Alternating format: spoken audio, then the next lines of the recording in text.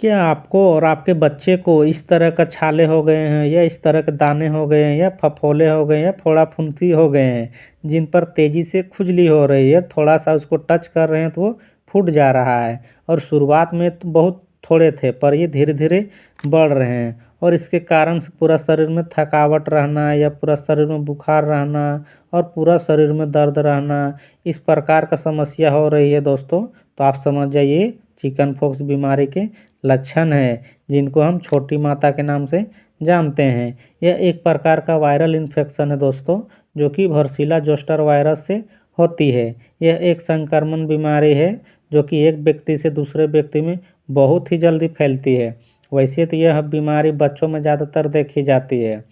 वैसे तो हम लोग इस बीमारी के बारे में जान चुके हैं कि इसका लक्षण क्या है, लेकिन इसका और भी कुछ लक्षण है, जैसे कि सिर में दर्द रहना या खांसी में हो मतलब खांसी होना या सांस लेने में दिक्कत होना या पूरा शरीर में दर्द होना, इस तरह का कुछ सिम्टम्स दिखता है तो ये चिकन पॉक्स बीमारी का लक्षण है।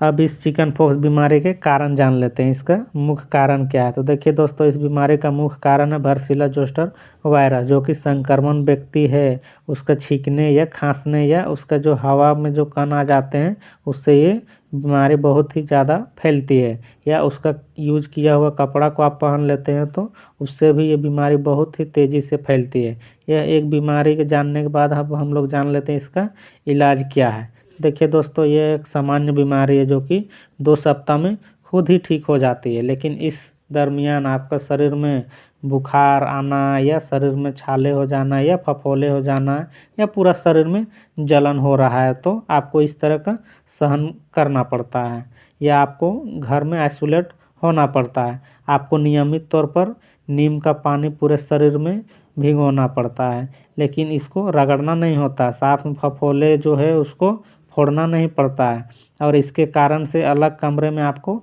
आइसोलेट होना पड़ता है। अगर ये सब कुछ आप कर लेते हैं दोस्तों तो आपको 2 सप्ताह में अपने आप ये ठीक हो जाता है।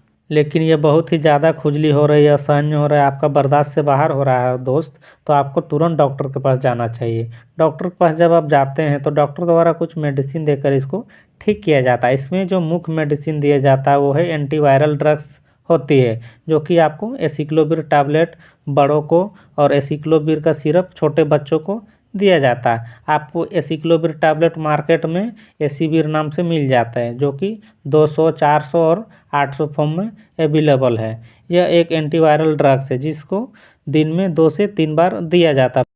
साथ में कुछ डॉक्टर द्वारा एंटीबायोटिक मेडिसिन भी चलाते हैं, जिसमें मुख्य मेडिसिन है वो है एमोक्सिसिलिन पोटेशियम कार्बोनेट, जो कि पशु जम जाता है उसको सुखाने के लिए दिया जाता है। ये मार्केट में एमोक्सिक्लेब या क्लेबम या ऑगमेंटिन के नाम से मिल जाती है दोस्तों। आवश्यकता पड़ने पर पैरासीटामोल टैबलेट बड़े को दिया जाता है 650 mg।